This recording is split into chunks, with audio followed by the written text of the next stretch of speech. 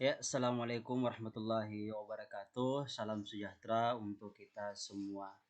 Pada kesempatan kali ini kita akan melanjutkan pembahasan beberapa soal fisika dasar. Nah, kali ini kita akan membahas tentang soal-soal untuk gerak dua dimensi ya. Dalam hal ini gerak melingkar dan gerak parabola. Nah, kita langsung saja pada soal yang pertama. Nomor satu, berapakah magnitudo percepatan seorang pelari yang berlari 10 meter per second ketika melewati tikungan dengan jari-jari 25 meter? Ini soalnya cukup mudah ya. Soal lots. Nah, ini coba kita lihat, diketahui yang ini adalah kecepatannya.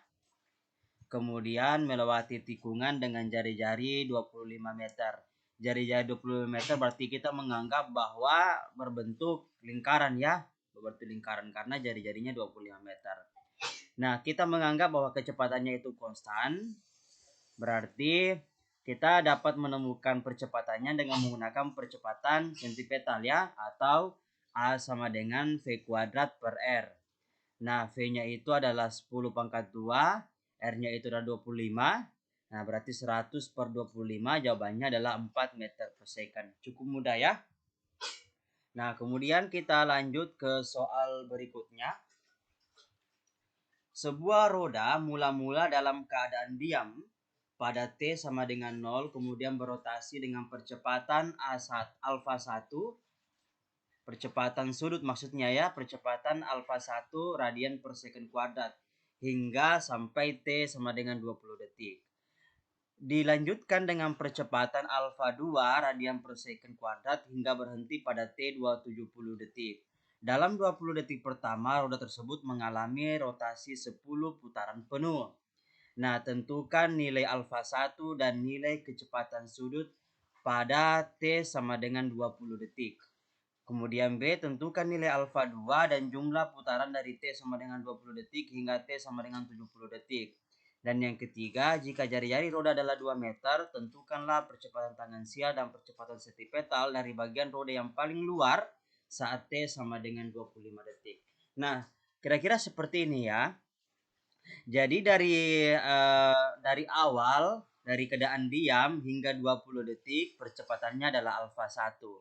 Kemudian dari 20 detik sampai 70 detik, percepatannya alfa 2. Tapi di 70 detik itu dia sudah berhenti. Berarti bisa dikatakan terjadi perlambatan ya, perlambatan sebenarnya. Nah, ternyata dari awal sampai 20 detik jumlah rotasinya N-nya itu sama dengan 10 putaran penuh. Nah, kita mau cari nih berapa nilai alfa 1 dan kecepatan sudutnya omeganya pada saat T sama dengan 20 detik. Nah, kita ketahui bahwa untuk T sama dengan 0, karena kan dari keadaan diam berarti omeganya juga sama dengan 0. Nah, dari saat T sampai 0, dari T sama dengan 0 sampai 20 second, ternyata mengalami percepatan alfa 1 dan berputar 10 kali. Sehingga theta, nah masih ingat rumus theta? Theta itu adalah, maaf sini, theta sama dengan, masih ingat rumusnya? 2V. Ya, kita lanjut ya. Jadi theta itu sama dengan 2V dikali N. Nah, N-nya kan 10 kali. 2V itu 2V itu berarti 2 kali 180. 2V itu untuk satu kali putaran. Karena dia berputar sebanyak 10 kali, berarti kita pakai 2Vn. Berarti sama dengan 2V dikali 10 atau 20V. Makanya kita tuliskan di sini theta 20, artinya theta sebanyak 10 kali putaran atau theta saat 20 second itu adalah 20 V radian. Nah, masih ingat dengan rumus?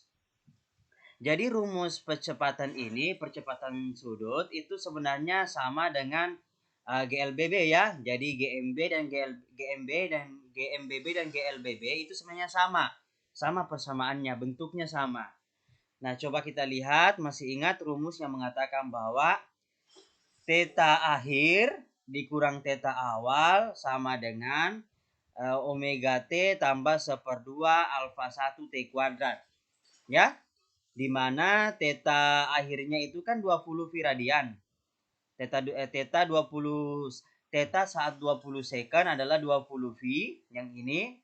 Kemudian yang ini theta pada saat T sama dengan 0. Nah, itu kan nilainya sama dengan 0 ya. Ya, berarti 20 V. Omeganya juga sama dengan 0. Berarti ini nilainya 0. Ini juga nilainya 0. Langsung saja 1/2 alfa 1 T kuadrat. Berarti 1/2 dikali alfa 1 dikali 20 pangkat 2. Nah, kita temukan percepatannya adalah 0,1 V radian per second kuadrat. Nah, kita sudah temukan percepatan sudutnya ya. Nah, sekarang dengan percepatan sudut ini kita bisa menemukan berapa kecepatan sudutnya pada saat 20 second. Ya, rumusnya ya masih ingat ya? Omega pada saat 20 second atau kecepatan sudut pada saat 20 second sama dengan kecepatan sudut di awal tambah percepatan sudut dikali T. Ini kan nilainya 0. Langsung saja alfanya 0,1 V dikali T-nya 20. Nah, kita temukan 20 V radian per second. Oke. Nah, kemudian kita lanjut ke bagian B. Tentukan nilai alfa 2 dan jumlah putaran dari T 20 detik hingga T 70 detik. Nah, dengan cara yang sama sebenarnya ya. Jadi, kita tahu bahwa saat T dari 20 detik sampai 70 detik, itu kita bisa menemukan berapa kecepatan sudutnya. Berapa kecepatan sudutnya. Dengan cara apa? Dengan menggunakan persamaan ini. Jadi, kecepatan sudut pada saat 70 detik sama dengan kecepatan sudut 20 detik ditambah alfa 2 dikali T. Nah, kita tahu bahwa yang ini kan nilainya 0. Kan dia berhenti kan? Berarti 0 sama dengan yang ini nilainya adalah 20 V. 20 V ditambah alfa 2 dikali T-nya. T yang dimaksud di sini adalah selisihnya ini. Berarti 70 dikurang 20 sama dengan 50. Nah, dari sini kita sudah bisa menemukan bahwa 20 V sama dengan minus alfa kuadrat dikali 50. Berarti alfa kuadrat itu sama dengan minus 0,04. Tanda minus ini menunjukkan bahwa terjadi perlambatan. Ya. Nah, sekarang kita mau cari berapa jumlah putaran yang terjadi dari 20 sampai 70. Nah, kita menggunakan rumus yang ini, rumus yang seperti ini ya. Theta 20 sampai theta 70 ya, atau bisa dibalik ya, bisa dibalik, itu sama dengan ini kan sebenarnya kenapa seperti ini? Ini kalau saya balik, maka di sini akan saya balik. Kenapa saya balik di sini? Karena ada perlambatan sebenarnya, tapi that's okay, tidak ada masalah. Ini saya koreksi di sini, ini 22 ya. Nah, theta 20 sampai theta 70 itu sama dengan kecepatan sudut di awal atau di 20 second dikali T tambah 1/2 alfa kuadrat dikali T kuadrat. T yang dimaksud di sini adalah selisihnya ini ya, selisih. Berarti 50. Nah, tinggal kita masukkan. Ini berapa? Ini 2 V, T-nya 50. Ini 1/2 alfanya jadi minus 0,04 dikali 50 kuadrat. Ya kan? Nah, dari sini kita dapat menemukan bahwa tetanya itu ya, tetanya itu sama dengan 50 V radian. Nah, kalau 50 V radian ini berapa kali? Nah, tinggal kita bagi dengan 2 V. Nah, dapat 25 kali. Jadi dari detik 20 sampai detik 70 si benda ini berputar sebanyak 25 kali hingga dia berhenti. Nah, sekarang bagian C. Jika jari-jari roda adalah 2 meter, tentukanlah percepatan tangensial dan percepatan sentipetal dari bagian roda yang paling luar saat T sama dengan 25 detik.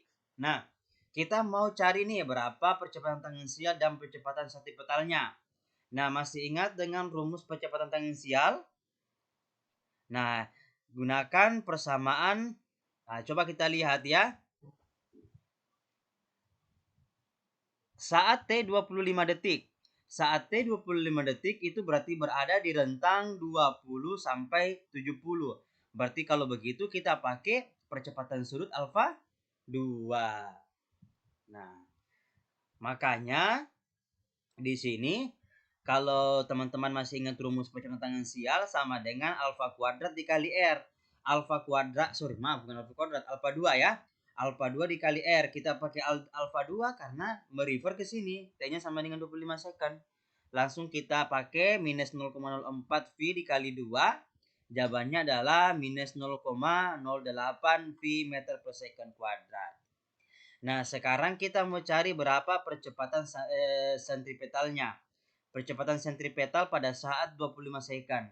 Ya, kan kita tahu bahwa alfa sama dengan omega kuadrat R. Nah, maaf ya ini ya dituliskan di sini. Nah, kita cari terlebih dahulu berapa kecepatan sudutnya di saat 25 detik. Ya, kita gunakan persamaan ini. Omega kecepatan sudut di detik 25 sama dengan kecepatan sudut di detik 20. Harus kita ambil 20 ya, karena ini adalah awal dia bergerak dari pada saat percepatannya minus 0,28. Tidak bisa kita ambil omega 0 karena ada dua kasus di sini, yaitu dari 0 sampai 20, dari 20 sampai 70. Nah, kebetulan karena si 25 ini berada di rentang ini, makanya kita ambil yang 20 ini, ya. Makanya kita ambil omega 20, tidak bisa omega 0. Nah, salah. Nah, di sini omega 20-nya kan 2V. Kemudian alfanya itu kan 0,04 minus ya. Berarti ini sebenarnya persamaannya adalah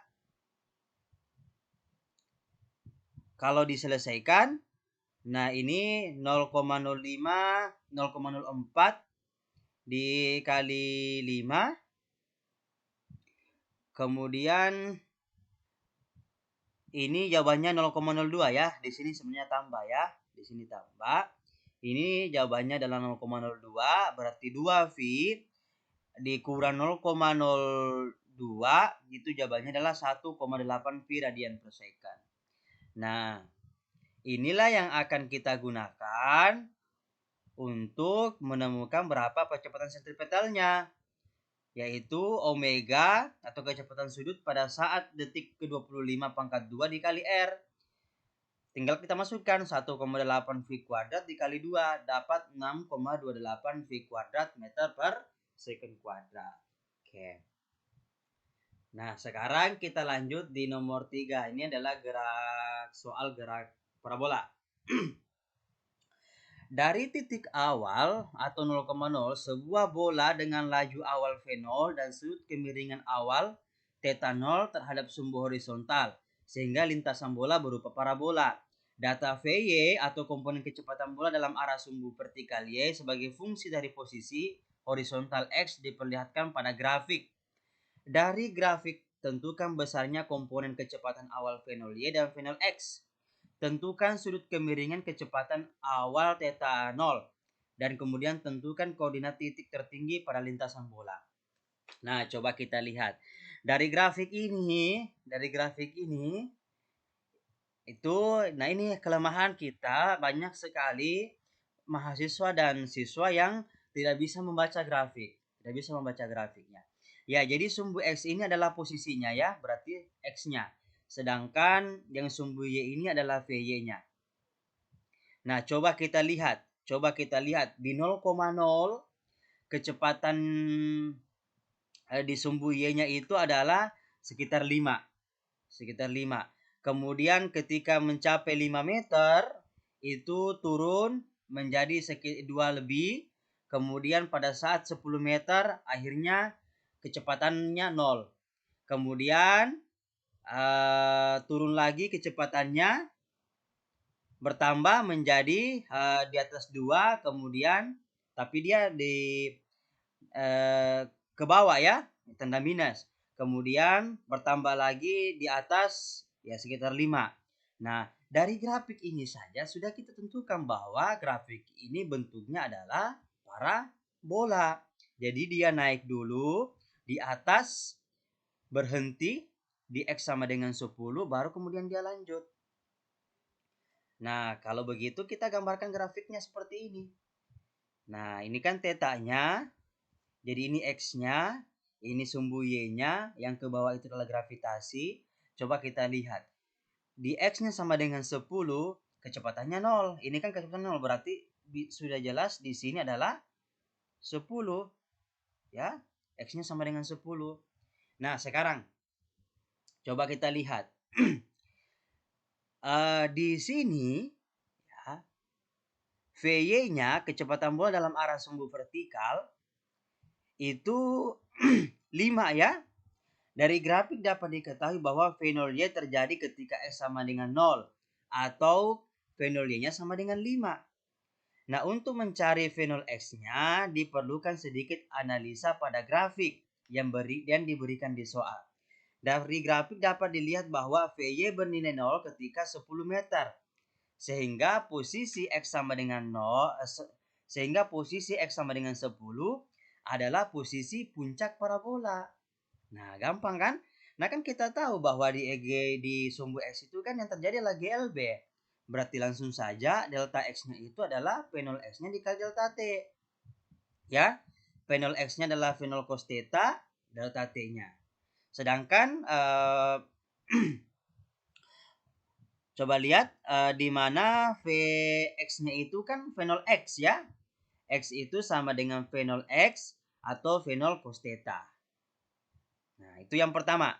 Kemudian yang kedua, untuk sumbu Y GLBB dengan mengalami perlambatan minus G. Nah, kalau begitu langsung saja kita gunakan persamaan Y sama dengan V0 Y delta T seper 2 Y delta T kuadrat. Ya, boleh menggunakan T, boleh menggunakan delta T. Delta T yang dimaksud ini adalah waktu yang digunakan untuk mencapai titik tertinggi. Nah, itu maksudnya. Nah, sedangkan V0 Y itu adalah V0 sin alfa delta T dikurang seperdua. Kenapa minus? Karena min G, seperdua G T kuadrat. Nah, langsung saja ya. Jadi VY-nya itu adalah V0 Y ditambah AY dikali AT atau V0 sin alfa dikurang GT. Nah, ini di titik tertinggi kita ganti VY-nya itu sama dengan 0. Berarti 0 sama dengan 5 dikurang 5 ya. Ini kan 0 sama dengan V0-nya kan 5 dikurang 9,8 delta T. 9,8 delta T. Nah, kalau begitu kita akan dapat delta T-nya itu sama dengan 25 per. Oke, sebentar kita lihat dulu sudutnya di sini berapa. Kita perhatikan dulu kembali. Oke, nah jadi dari mana dapat 5? 5 ini adalah V0 Y-nya yang ini. V0 Y-nya kan sama dengan V0 sin theta. Ya. Jadi V0 Y itu sama dengan V0 sin theta. Jadi di sini kita tidak mesti tahu berapa tetanya karena kan kita sudah dapat berapa V0 Y-nya, yaitu 5. Kemudian berarti 5 sama dengan 9,8 delta T. Berarti delta T puncak, artinya waktu untuk mencapai puncak maksimumnya adalah 25 per 49 second. Nah, yang ini kemudian kita pakai, kita masukkan ke dalam persamaan ini, ya. Persamaan ini untuk mendapatkan berapa nilai dari delta X puncaknya. Nah, delta X puncak sama dengan V0 cos theta dikali delta T puncak. Tinggal kita masukkan ya. Masukkan delta T puncaknya berapa. Kemudian delta X-nya kan dia delta X puncaknya kan 10 meter ya. 10 meter. Jadi yang ini. Yang ini 10 meter. Nah, tinggal kita masukkan, berarti 10 sama dengan V0 X dikali 25 per 49. Berarti V0 X-nya sama dengan 49 dikali 10 dibagi 25. Kita akan dapat jawaban 19,6. Kita sudah menemukan berapa V0 X-nya, yaitu 19,6. Sedangkan V0 Y-nya itu adalah 5. Nah, kemudian kita lihat di bagian B. Tentukan sudut kemiringan. Nah, berarti sudut kemiringan, sudut elevasinya. Nah, oke, gampang saja ya. Sudut elevasinya boleh kita menggunakan persamaan yang ini. V0 Y itu sama dengan V0 sin theta atau V0 X sama dengan V0 cos theta. Ya. Berarti kita pakai persamaan ini. V0 Y sama dengan V0 sin theta sama dengan 5. Ya kan? Oke. Atau V0 X sama dengan V0 cos theta. Nah, kita ganti V0 X-nya kan 19,6 ya. Berarti V0-nya itu sama dengan 19,6 per cos theta. Nah, dari sini ini kan ada V0 sin theta 5 meter per second sama kemudian V0-nya kita substitusi masuk ya. Kita substitusi masuk. V0 Y-nya ini kita ganti dengan ini. 19,6 dibagi cos theta 0. Jadi ini kan kalau maaf ini kok tidak jalan ya. Oke, kayaknya ada ini. Nah, saya lanjut saja. Tinggal kita masukkan V0-nya dengan 19,6 per cos theta dikali sin theta sama dengan 5. Di mana sin theta dibagi cos theta sama dengan tan theta. Makanya 19,6 ya, 19,6 tan theta sama dengan 5. Tan theta itu adalah sin per cos. Tan theta-nya itu adalah 25/98. Dengan menggunakan kalkulator saintifik arkus tangan ya, kita dapat menemukan nilai theta itu sama dengan 14,31 derajat. Nah, sekarang kita mau mencari di bagian C-nya itu tentukan koordinat titik tertinggi pada lintasan. Berarti kita mencari Y-nya. Ya, atau Y puncaknya berapa? Ya, kita langsung pakai saja persamaan yang ini. Ini kalau teman-teman masih ingat di rumus gerak parabola, delta Y sama dengan V0 sin theta delta T dikurang 1/2 G delta T kuadrat. Nah, di mana ya sebenarnya ini kenapa kita pakai delta Y, delta X, kemudian delta T? Karena kadangkala kasus gerak parabola itu ada dua kondisi ya. Bisa ada dua kondisi. Pertama misalnya ketinggian awalnya, kemudian ketinggian maksimum, atau jarak awal, jarak maksimum, waktu awal, waktu maksimum. Tapi kalau misalnya ketinggian awal, kemudian jarak awal atau waktu awal itu biasanya kalau misalnya 0,0 ya biasanya. Nah, tapi secara umum kita gunakan persamaan ini untuk kasus-kasus tertentu.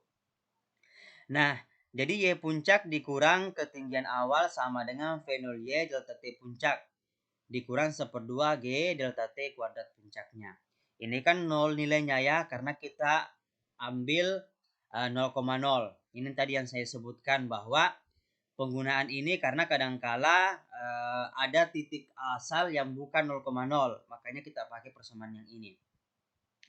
Jadi Y0-nya atau ketinggian awalnya sama dengan 0, langsung Y puncaknya menjadi V0-nya kan 5 ya.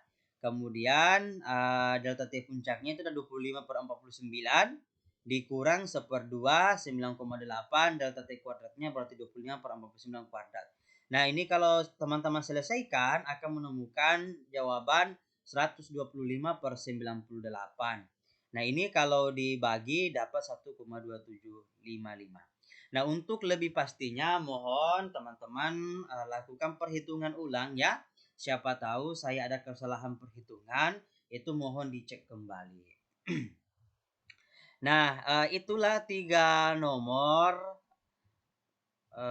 latihan terbimbing untuk materi gerak dua dimensi, dalam hal ini gerak parabola dan gerak melingkar.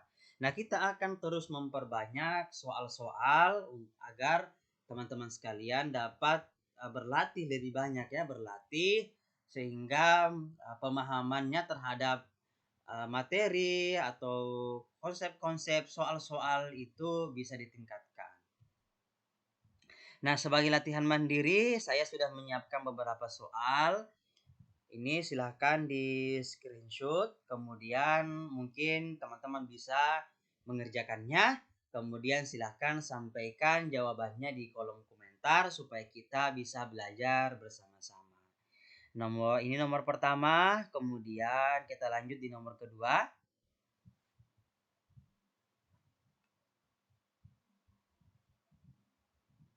Kemudian kita beralih ke nomor ketiga. Nah, ini tadi yang saya maksud, ada dua kondisi ya, di mana ketinggian awal dengan ketinggian akhir itu berbeda. Nah, gunakan persamaan gerak parabola yang tadi, yang pakai delta Y. Nah, oke, kemudian selanjutnya, ini nomor 4.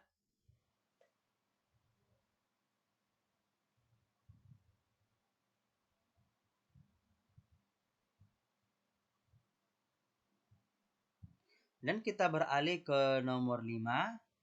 Silahkan di screenshot. Kemudian kita lanjut ke nomor 6.